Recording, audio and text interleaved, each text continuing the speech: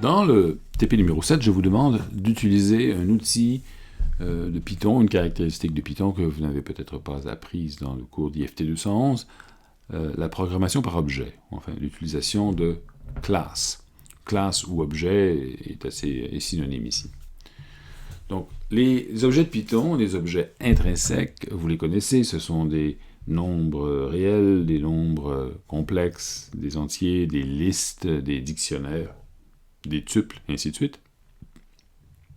Eh bien, on peut aussi créer ses propres types d'objets, qu'on appelle des classes. Bon, alors, comment faire ça? Ici, je vais donner un exemple très simple, mais je vais surtout vous référer à des cours extérieurs. Donc, vous avez ici un cours qui, je vous conseille de lire, donc c'est écrit un peu petit ici, mais je vais simplement vous conseiller la lecture de cette page qui donne une très bonne introduction à ce concept. Je pense que ça va complémenter beaucoup ce que je vais présenter dans mon exemple. Ensuite, pour des références encore plus complètes, il y a un tutoriel dans la documentation officielle de Python que vous pourriez très bien lire aussi, il est en anglais cette fois-ci. Et on va passer à l'exemple.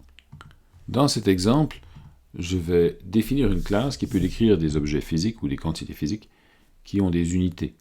Les unités seront décrites en fonction des unités fondamentales de la masse, de la longueur et du temps. Et donc on peut décrire les unités d'une quantité en fonction d'un 3 tuple, donc 3 paramètres ABC qui sont les exposants des différentes unités fondamentales. Kilogramme à la A, masse à la B, seconde à la C. Bien sûr, on pourra essayer de définir des opérations qui représentent la multiplication de quantités, dans lequel cas il faut ajouter les exposants aux unités du résultat, dans les unités du résultat, je veux dire, et on peut aussi définir une fonction addition qui permet d'additionner des quantités, mais qui va pouvoir vérifier si les unités sont compatibles avant d'effectuer l'addition. Donc la syntaxe est la suivante. On définit premièrement une classe, un type d'objet qu'on appelle quantité. Et donc la classe définit une espèce de cadre général dans lequel les propriétés générales de ces quantités sont définies et des méthodes particulières sont introduites. Certaines quantités sont propres, certaines variables sont propres à la classe en général, et d'autres seraient propres à chaque instance, donc à chaque quantité différente que l'on définit. Donc le concept important dans la programmation par objet, c'est la distinction entre la classe elle-même et les instances d'une classe. Donc la classe, c'est l'objet abstrait dans sa généralité. Les instances d'une classe sont les différents objets particuliers que l'on peut créer et qui suivent le même modèle et qui sont d'un même type. Donc on peut associer à une classe des variables qui sont les mêmes pour toutes les instances, donc tous les objets de la même classe.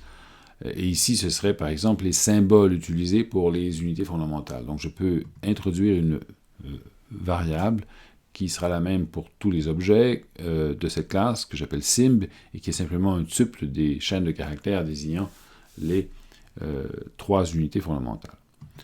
Ensuite, important dans une classe, le constructeur. Le constructeur est une fonction qui va être exécutée pour créer une instance de l'objet.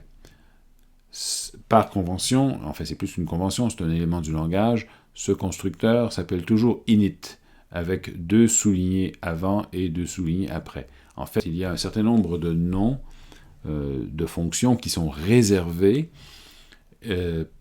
pour la programmation par objet, et init est réservé au constructeur, de même que REPR est réservé pour représenter une chaîne de caractères qui, pour produire une chaîne de caractères qui représente l'instance, de même que mul est réservé pour effectuer une multiplication, add est réservé pour effectuer une addition.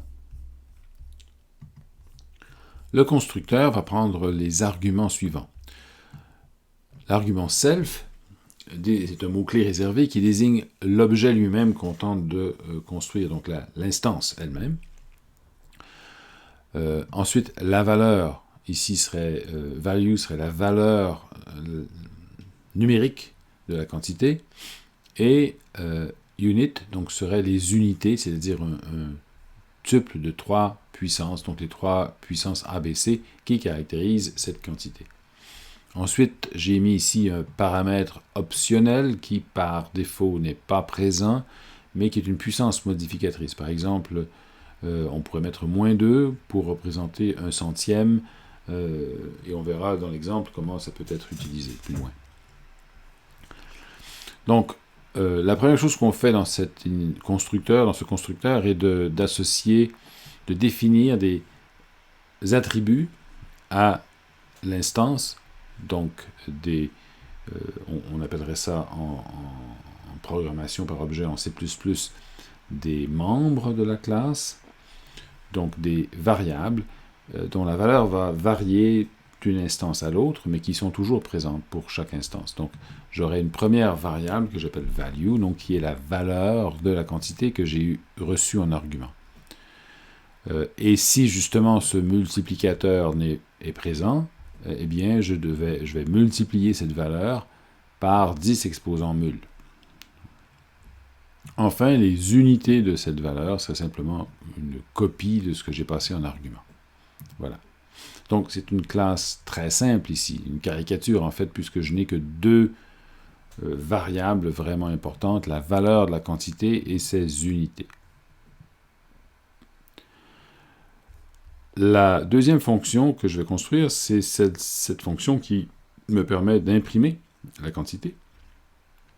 Donc, je vais ici définir une chaîne de caractères qui est en fait une transcription de la valeur. Donc, je laisse Python gérer cette partie-là, c'est très simple.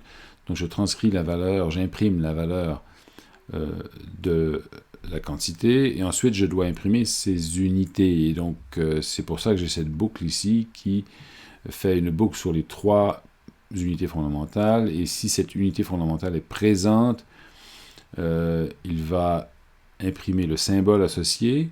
Si elle est présente, mais que la valeur de l'exposant est différente de 1, il va aussi imprimer l'exposant en plus. Okay.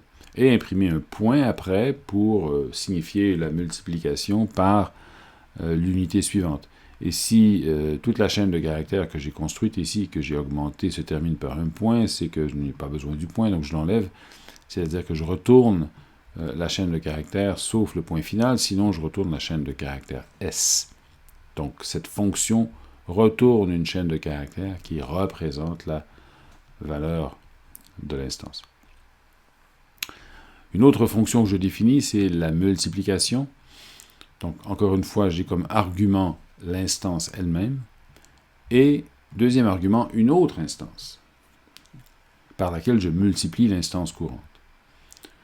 Donc, je vais commencer par définir les unités de cette nouvelle instance qui va être le produit des deux, et c'est simplement donné par la somme des exposants pour chacune des unités fondamentales. Donc, j'aurai par exemple self, qui représente l'instance courante, point unit, qui est bien sûr une des variables, une variable associée à chacune des instances. Donc, j'ai self.unit de 0, plus other.unit de 0. Et ainsi de suite pour les autres unités fondamentales. Et je retourne une quantité, donc une autre quantité dont la valeur numérique est le produit des valeurs de self et de other. Et les unités sont données par y. Donc il n'y a pas vraiment d'exception ici, je peux toujours faire cette opération. Enfin, je définis une fonction add. En fait, c'est une surcharge d'une fonction qui, par défaut, devrait exister. C'est un non réservé. Donc, je surcharge la signification de l'opérateur plus, comme ici, j'avais surchargé la définition de l'opérateur étoile. C'est un avantage du langage que je peux appeler ces fonctions-là par leur nom, oui, mais je peux aussi les appeler simplement en faisant usage des symboles courants pour la multiplication et l'addition. Donc, je vais ici vérifier premièrement que les unités sont compatibles. Donc, je fais une boucle sur les unités fondamentales. Et si les unités ne sont pas les mêmes entre self et other, pour l'une des 3 unités fondamentales, j'imprime un message d'erreur qui me dit que les deux quantités ne peuvent pas être additionnés et je retourne rien du tout.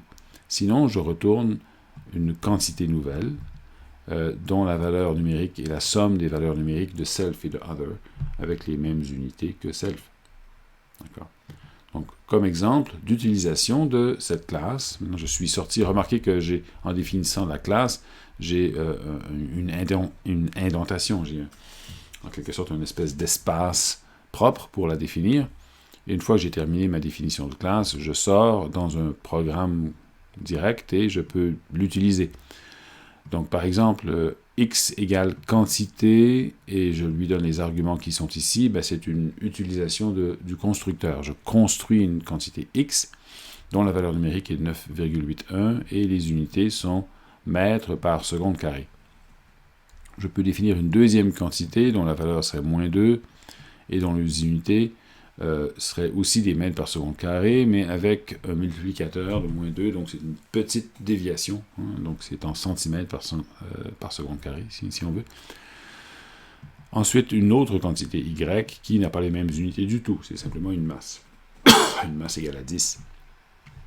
Et donc je pourrais imprimer x fois y, x plus y, je ne peux pas le calculer, ça devrait être interdit en principe, et x plus x2 pourrait être calculé. Donc quand je procède, j'obtiens ces messages-là.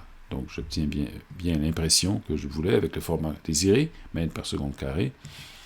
Ensuite, x fois y me donne une quantité qui est en kilogrammes, mètres par seconde carré. Donc c'est donc une force en newton égale à 98,1.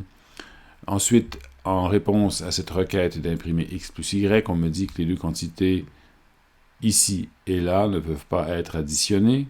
Je ne fais rien du tout, donc je retourne none. Enfin, dans le dernier exemple, j'ajoute deux quantités compatibles et donc j'ai 9,79 mètres seconde carré. Donc, c'est assez simple.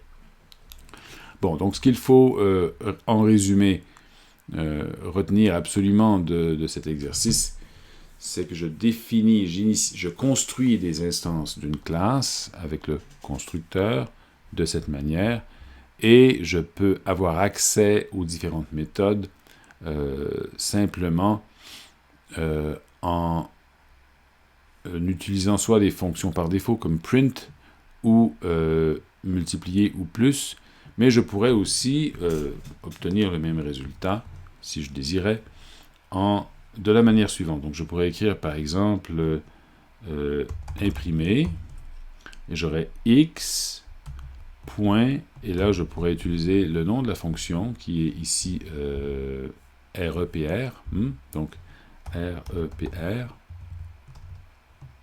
comme ceci. C'est une fonction qui normalement devrait prendre un argument. Donc si je retourne à la fonction REPR, je vois que son argument est égal à l'instance elle-même, mais quand on invoque la fonction de cette manière, c'est-à-dire en utilisant directement l'instance qu'on a créée avec un point et la fonction, on n'a pas besoin de mettre l'argument. On pourrait aussi le faire de la manière suivante. Je pourrais avoir le nom de la classe et invoquer la fonction. Mais là, je devrais y mettre un argument, l'argument de l'instance. Donc ces deux façons de faire sont équivalentes et on devrait obtenir à la fin le même résultat. Vous voyez, c'est ce qui s'est rajouté ici. Donc quand j'utilise le nom de classe suivi d'un point, suivi du nom de la fonction, je dois donner l'argument self. Quand j'utilise l'instance, le nom de l'instance directement avec un point, je n'ai pas besoin de donner l'argument self.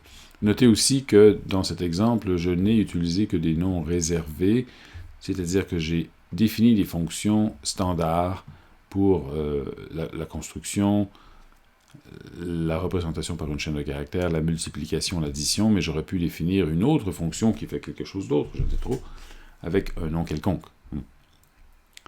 Voilà, donc je vous invite tout de même à aller voir ce cours pour être un peu plus familier avec ce concept de programmation par objet. Et parce que le TP numéro 7 inclut explicitement des directives pour construire des objets, vous devez être raisonnablement familier avec ce concept pour pouvoir faire le TP, mais le but du TP est aussi de vous familiariser avec cette programmation par objet. Je vous remercie.